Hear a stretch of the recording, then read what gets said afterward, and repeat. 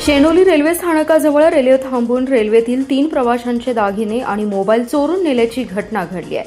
चोरट्यांनी सिग्नलवर लाल रंगाचं कापड टाकून रेल्वे थांबवली। या घटनेमुळे एकच खळबळ उडाली आहे। 2 प्रवाशांचे दागिने आणि एका प्रवाशाचा मोबाईल चोरट्यांनी चोरून नेलाय। सुमारे 52,000 रुपये किमतीचा मुद्देमाल चोरीस गेल्याची नोंद लोहमार्ग पोलिसात झाली आहे। सदरचा गुन्हा मिरज लोहमार्ग पोलीस ठाण्याकडे वर्ग करण्यात आला असून सहाय्यक पोलीस निरीक्षक मुंडे पुढील तपास करीत आहेत। मीना विकास उमापती यांनी पोलिसात फिर्याद दिली आहे। त्यांच्यासह आशा नारायण पवार आणि रंजन साहू अशा 2 प्रवाशांचेही दागिने आणि मोबाईल चोरीस गेलेत। मीना उमापती यांची 10 ग्राम वजनाची चेन, आशा पवार यांचे 5 ग्राम वजनाचे सोन्याचे मंगळसूत्र तर रंजन साहू यांचा ॲपल कंपनीचा आयफोन चोरीस गेलाय। सुमारे 52,000 रुपये किमतीचा मुद्देमाल चोरीस गेल्याची नोंद लोहमार्ग पोलीस ठाण्यात झाली आहे। या प्रकरणी पुणे लोहमार्ग पोलीस ठाण्यात फिर्याद देण्यात आली असून मिरज लोहमार्ग पोलीस ठाण्याकडे सदरचा गुन्हा वर्ग करण्यात आलाय। दिनांक 11 एप्रिल रोजी 2:15 वाजण्याच्या सुमारास कोल्हापूर पुणे विशेष रेल्वे गाडी ही चोरी झाली आहे। कवटेमंकाळ तालुक्यातील आरेवाडी येथे बिरोबा देवालयासमोर भक्तांची पावती काढण्याच्या कारणावरून पुजाऱ्यांच्या मध्ये जोरदार हाणामारी झाली। एका पुजारावर चाकू हल्ला करण्यात आला। या घटनेत एक पुजारी गंभीर जखमी झालाय। कवटेमंकाळ पोलीस ठाण्यात 4 विरुद्ध गुन्हा दाखल करण्यात आला। ही घटना शुक्रवारी सकाळी 11 वाजण्याच्या सुमारास घडली आहे। शिवाजी शहाजी कोळेकर आरेवाडी हे या मारहाणीत गंभीर जखमी झालेत। शिवाजी कोळेकर यांनी उपजिल्हा रुग्णालयात उपचार घेतल्यानंतर पोलीस ठाण्यात फिर्याद दिली। अनिल आप्पा कोळेकर, शहाजी दादासो कोळेकर, सुब्राव तातोबा कोळेकर आणि रामा कोळेकर या 4 गुन्हा दाखल केलाय। शुक्रवारी सकाळी 11च्या सुमारास आरेवाडी येथील बिरोबा देवाच्या मंदिराच्या देवस्थान ट्रस्टच्या कार्यालयासमोर हा प्रकार घडला। यातील फिर्यादी शिवाजी कोळेकर हे भक्तांची पावती काढण्यासाठी ऑफिसमध्ये गेले असता अनिल कोळेकर, शहाजी कोळेकर, सुब्राव कोळेकर आणि रामा कोळेकर यांनी हे भक्त पण आमचेच आहेत असं म्हणत भक्तांना घेऊन जात असताना फिर्यादी आणि आरोपित उदनवाडी गाव पूर्ण आमचं आहे, त्या गावामध्ये तुमचे भक्त नाहीतच असं म्हणत असताना अनिल अप्पा कोळेकर, शहाजी दादासो कोळेकर, सुब्राव तातोबा कोळेकर आणि या सर्वांनी तुला या भक्तांचं नैवेद्य देखील देवाला दाखवू देणार नाही, हे भक्त पण आम्हीच घेऊन जाणार असं म्हणत फिर्यादी शिवीगाळ केली। अनिल कोळेकर यांनी त्यांच्या खिशातून चाकू काढून फिर्यादीच्या उजव्या मांडीवरती मारला आणि भांडणामध्ये तो चाकू फिर्यादीच्या पोटाला लागून खरचटलं आणि शहाजी दादासो कोळेकर, सुब्राव तातोबा कोळेकर, रमा कोळेकर यांनी शिवीगाळ दमदाटी करत लाथाबुक्क्यांनी मारहाण केले म्हणून फिर्याद दिलेली आहे। सांगलीतील एसटी स्टँड परिसरात विश्वरत्न डॉक्टर बाबासाहेब आंबेडकर यांच्या 14 फुटी पूर्णाकृती पुतळ्याचं अनावरण सोमवारी होणार आहे। डॉक्टर बाबासाहेब आंबेडकर यांचे नातू भीमराव यशवंत आंबेडकर यांच्या हस्ते पुतळ्याचं लोकार्पण करण्यात येणार असून पालकमंत्री चंद्रकांतदादा पाटील प्रमुख पाहुणे म्हणून उपस्थित राहणार असल्याची माहिती भारतरत्न डॉक्टर बाबासाहेब आंबेडकर जयंती महोत्सव मंडळाच्या अध्यक्षा स्नेहल सावंत यांनी दिली आहे। त्या म्हणाल्या, डॉक्टर बाबासाहेब आंबेडकर यांची जयंती 14 एप्रिल रोजी साजरी होते। या पार्श्वभूमीवर पश्चिम महाराष्ट्रातील सर्वात मोठा 14 फुटी पुतळ्याचं लोकार्पण सायंकाळी 6 वाजता करण्यात येणार आहे। तर 135व्या जयंती निमित्ताने 13 ते 15 एप्रिलपर्यंत विविध कार्यक्रमांचं आयोजन करण्यात आले। स्वर्गीय अजितदादा पवार यांनी डॉक्टर बाबासाहेब आंबेडकर पुतळा आणि परिसर सुशोभीकरणासाठी 80 लाखांचा निधी दिला होता। या निधीतून पुतळ्याचं काम पूर्ण झालंय। पुतळा अनावरण झाल्यानंतर दिनांक 13 रोजी रात्री 12 वाजता पुतळ्यास अभिवादन करून भव्य आतिषबाजी करण्यात येणार आहे। मंगळवारी जयंती दिवशी सकाळी 9 वाजता डॉक्टर बाबासाहेब आंबेडकर यांच्या पुतळ्यास पुष्पहार अर्पण करून सामुदायिक बुद्धवंदना आणि अभिवादन करण्यात येणार आहे। सायंकाळी 4 वाजता सांगली शहरातून भव्य मिरवणूक काढण्यात येणार आहे। संपूर्ण पारंपरिक वाद्यांमध्ये ही मिरवणूक काढण्यात येईल। 15 एप्रिल रोजी सायंकाळी 6:30 वाजता अभिवादन सभा आयोजित करण्यात आली आहे। यामध्ये माजी आमदार अमोल मिटकरी यांचं व्याख्यान आयोजित करण्यात आलं असल्याचं स्नेहल सावंत यांनी सांगितले। यावेळी नगरसेवक जगन्नाथ ठोकळे, महोत्सव समितीचे सेक्रेटरी बिरेंद्र थोरात, उपाध्यक्ष रमाकांत घोडके, प्रफुल्ल ठोकळे, प्रियानंद कांबळे सह सेक्रेटरी सुरेश चौधरी, अनिल साबळे, विकास कांबळे, चेतन गाडे, विद्या कांबळे आदी जण उपस्थित होते। जत तालुक्यातील कुंभारी येथे काल मध्यरात्री तलाव अचानक मध्यभागी फुटल्याची धक्कादायक घटना घडली। तलावाचा बांध फुटताच मोठ्या वेगाने पाणी परिसरात पसरलं आणि काही मिनिटातच आसपासच्या शेतांमध्ये पाण्याचा पूर आला। या घटनेमुळे अनेक शेतकऱ्यांच्या पिकांचं मोठ्या प्रमाणावर नुकसान झाले। तलाव फुटल्यानंतर ऊस, मका तसेच इतर हंगामी पिके पूर्णपणे पाण्याखाली गेली आहे, तर काही ठिकाणी पाण्याचा जोर इतका होता की शेतातील मातीही वाहून गेली असून जमिनीची सुपीकता कमी होण्याची भीती व्यक्त केली जाते। याशिवाय तलावाच्या बांधाची माती विहिरींमध्ये जाऊन साचल्यामुळे अनेक विहिरींचेही नुकसान झाले, त्यामुळे पिण्याच्या पाण्याचाही प्रश्न निर्माण होण्याची शक्यता आहे। घटना मध्यरात्री असल्याने नागरिकांना बचावासाठी फारसा वेळ मिळाला नाही. तरीही सुदैवाने या दुर्घटनेत कोणतीही जीवितहानी झाली नाही. मात्र शेतकऱ्यांचं आर्थिक नुकसान मोठ्या प्रमाणावर झालं असून लाखोंचा फटका बसल्याचा प्राथमिक अंदाज आहे.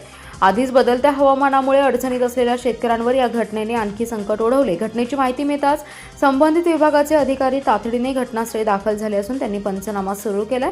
नुकसानीचा अंदाज घेऊन शासनाकडून तातडीची मदत मिळावी अशी मागणी स्थानिक शेतकरी आणि ग्रामस्थांनी केली आहे.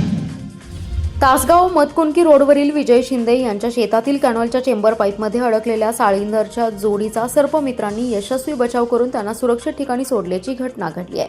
शेतातील कॅनॉलमध्ये अचानक पाणी आल्याने ही साळींदर जोडी चेंबरमध्ये अडकून पडली होती.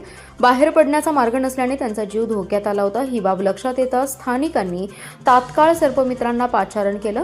सर्पमित्र किरण वनारसे आणि अविनाश जाधव यांनी घटनास्थळी धाव घेत अत्यंत काळजीपूर्वक बचाव कार्य हाती घेतलं.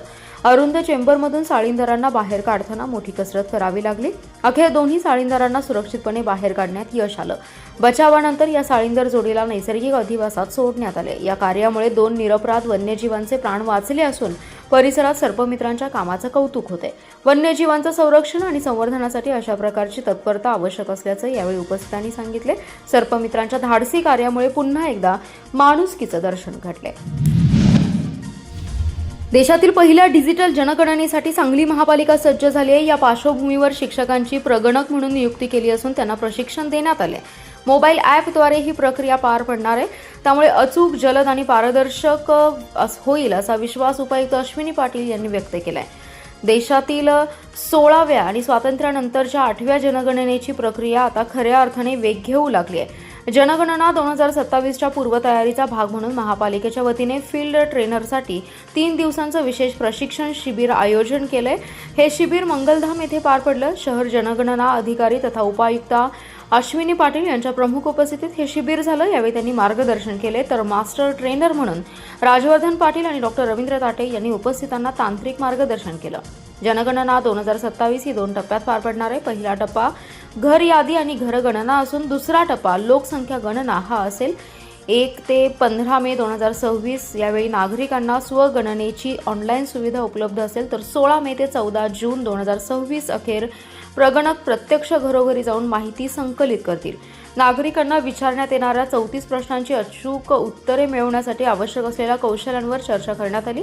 संपूर्ण माहिती संकलनाचं नियंत्रण आणि संनियंत्रण करण्यासाठी विकसित केलेल्या पोर्टलची कार्यपद्धती समजावून सांगण्यात आली. यावेळी समाज विकास अधिकारी नितीन माळी, अधीक्षक राजेंद्र आवळे यांच्यासह महानगरपालिकेचे संबंधित अधिकारी आणि कर्मचारी उपस्थित होते. सीमा भागातून जिल्ह्यात येत असलेल्या गुटख्याबद्दल पोलिसांसोबत समन्वय ठेवून काटेकोर तपासणी वाढवावी. याबाबत गतिमानतेने कडक कारवाई करावी. रक्तदाब आणि मधुमेहासारख्या आजारांवरील बनावट औषधे विकली जाणार नाहीत यासाठी दक्ष राहावे असे आदेश त्यांनी यावेळी दिलेत. राज्यमंत्री योगेश कदम यांनी शुक्रवारी जिल्हाधिकारी कार्यालयात महसूल, अन्न पुरवठा, ग्रामविकास आदींसह विविध विभागांच्या शासकीय योजनांच्या अंमलबजावणीचा जिल्हास्तरीय सविस्तर आढावा घेऊन संबंधितांना योग्य ती कार्यवाही करण्याचे निर्देश दिले. जिल्हाधिकारी कार्यालयाच्या जिल्हा नियोजन समिती सभागृहात गृहराज्यमंत्री कदम यांनी बैठक घेतली. यावेळी आमदार इद्रिस नाईकवडी, सुधीर गाडगीळ, सुहास बाबर, जिल्हाधिकारी डॉक्टर मैनाक घोष, पोलीस अधीक्षक संदीप घुगे, मुख्य कार्यकारी अधिकारी विशाल नरवाडे, अप्पर जिल्हाधिकारी सुशांत खांडेकर, निवासी उपजिल्हाधिकारी डॉक्टर स्नेहल कणीचे उपस्थित होते. मंत्री कदम म्हणाले, सामान्य नागरिकांचे जीवनमान उंचावण्यासाठी राज्य शासनाच्या अनेक कल्याणकारी योजना कार्यान्वित आहेत. कोणतीही योजना यशस्वी करण्यासाठी लोकप्रतिनिधींना विश्वासात घेऊन सर्व यंत्रणांनी समन्वयाने कार्य करावे. शासकीय योजनांची प्रभावी अंमलबजावणी करण्यासाठी शासकीय यंत्रणांनी सातत्यपूर्ण कामगिरी राखत त्या योजना पात्र वंचित लाभार्थ्यांपर्यंत पोहोचवण्यासाठी वेळोवेळी आढावा घ्यावा. प्रत्येक पात्र कुटुंबापर्यंत शासनाच्या योजना पोहोचाव्यात यासाठी प्रशासनाने काटेकोर नियोजन करून गतिमान अंमलबजावणी करण्याचे निर्देश यावेळी दिले. लाखो भाविकांचं श्रद्धास्थान असलेल्या आटपाडी तालुक्यातील शेटफळे गावची सिद्धनाथ यात्रा मोठ्या उत्साहाने सुरू झाली आहे. पारंपरिक वाद्यांच्या गजरात आणि चांगभलच्या जयघोषात शेटफळेची सिद्धनाथ यात्रा सुरू झाली. या यात्रेत लोखंडी सासने नाचवली जातात. सासने नाचवत असताना यात्रेत भाविकांमध्ये मोठा उत्साह दिसून येतोय. या यात्रेनिमित्त विविध कार्यक्रम गावात आयोजित केले जातात. आज सिद्धनाथ यात्रेच्या निमित्ताने कुस्त्यांचं मैदान पार पडणार आहे. बाहेरगावी असलेले लोक या यात्रेसाठी मोठ्या संख्येने गावात दाखल होतात. तसेच शेटफळे गावच्या पंचक्रोशीतील लोक देखील या सिद्धनाथ यात्रेत हजेरी लावतात. मुंबई बंगळूर स्लीपर वंदे भारत ट्रेनला सांगली रेल्वे स्थानकावर थांबा न दिल्यास सांगली स्थानकावर अनिश्चित काळासाठी रेल रोको आंदोलन करण्याचा इशारा नागरिक जागृती मंचचे सतीश साखळकर यांनी रेल्वेच्या महाव्यवस्थापकांना दिला आहे। त्याबाबत त्यांनी मागणीचं निवेदन दिले। त्यात म्हटलंय की सांगली शहर हे जागतिक हळदीचं शहर म्हणून ओळखलं जातं, शिवाय देशाचे साखरेचे कोठार म्हणून देखील सांगलीला ओळखतात। सांगली हे भारतातील गूळ, द्राक्षे आणि मनुका यांच्या सर्वात मोठ्या बाजारपेठांपैकी एक आहे। सांगली हे एक प्रमुख जागतिक एरोस्पेस केंद्र आहे, जिथे इस्रोची रॉकेट्स, उपग्रह, चांद्रयान, मंगळयान मोहिमांवर काम करणारे उद्योग सांगलीमध्ये स्थित आहेत। Make in India, vocal for local, Ayurveda, Ayushman Bharat मिशनसाठी सांगली हे एक महत्त्वाचं केंद्र आहे, पण सांगलीकडे दुर्लक्ष होते। मध्य रेल्वे पुणे विभागातील वंदे भारत लक्झरी ट्रेनच्या तिकिटांची मोठी विक्री सांगली स्टेशनवर होते। दरवर्षी अंदाजे 50,000 वंदे भारत प्रवासी सांगली स्टेशनवर चढतात आणि उतरतात, त्यामुळे खूप चांगलं उत्पन्न मिळतं। पण मुंबई बंगळुरू वंदे भारत स्लीपर एक्सप्रेसला सांगलीला थांबा द्यावा, अन्यथा आंदोलन करण्याचा इशारा सतीश साखळकर यांनी दिला आहे।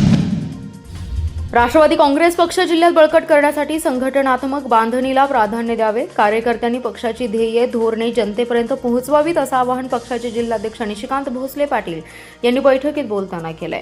राष्ट्रवादी काँग्रेसच्या जिल्हा कार्यकारी आणि विविध सेलच्या पदाधिकाऱ्यांची बैठक येथील खरे सांस्कृतिक भवन येथे पार पडली। यावेळी निशिकांत दादा भोसले पाटील बोलत होते। प्रथम उपमुख्यमंत्री स्वर्गीय अजितदादा पवार यांना अभिवादन करून बैठकीला सुरुवात झाली। यावेळी जिल्हा कार्याध्यक्ष विलासराव जगताप, राजेंद्र देशमुख, साधना कांबळे, तौसीन अत्तार, अनिल पाटील आदी जण उपस्थित होते। निशिकांत पाटील म्हणाले, कार्यकर्त्यांनी खचून न जाता नव्याने पक्षाची बांधणी करणं आवश्यक आहे। पक्षश्रेष्ठींकडून येणारे आदेश, पक्षीय काम, पक्षाची ध्येय धोरणे आणि पक्षाची शिस्त या चौकटीमध्ये राहून प्रत्येक पदाधिकाऱ्याने पक्षवाढीसाठी काम करावं। संघटनात्मक कामाला प्राधान्य देणाऱ्या पदाधिकारी आणि कार्यकर्त्यांचा पक्षाकडून निश्चितच सन्मान होईल, असं मत त्यांनी व्यक्त केलं। तर पक्ष संघटना अधिक सक्षम करण्यासाठी विविध विषयांवर सविस्तर चर्चा करण्यात आली। विधानसभा आणि बूथनिहाय मतदार यादी पुनर्निरीक्षण हे अभियान बूथ स्तरावर प्रभावीपणे राबवण्याबाबत मार्गदर्शन करण्यात आलं। तसेच तालुक्यातील सर्व सेलच्या अध्यक्षांनी विधानसभा, तालुका आणि शहरनिहाय बैठकींचं नियोजन करून स्थानिक कार्यकारिणी लवकरात लवकर निश्चित करून जाहीर करण्याचा निर्णय घेण्यात आला।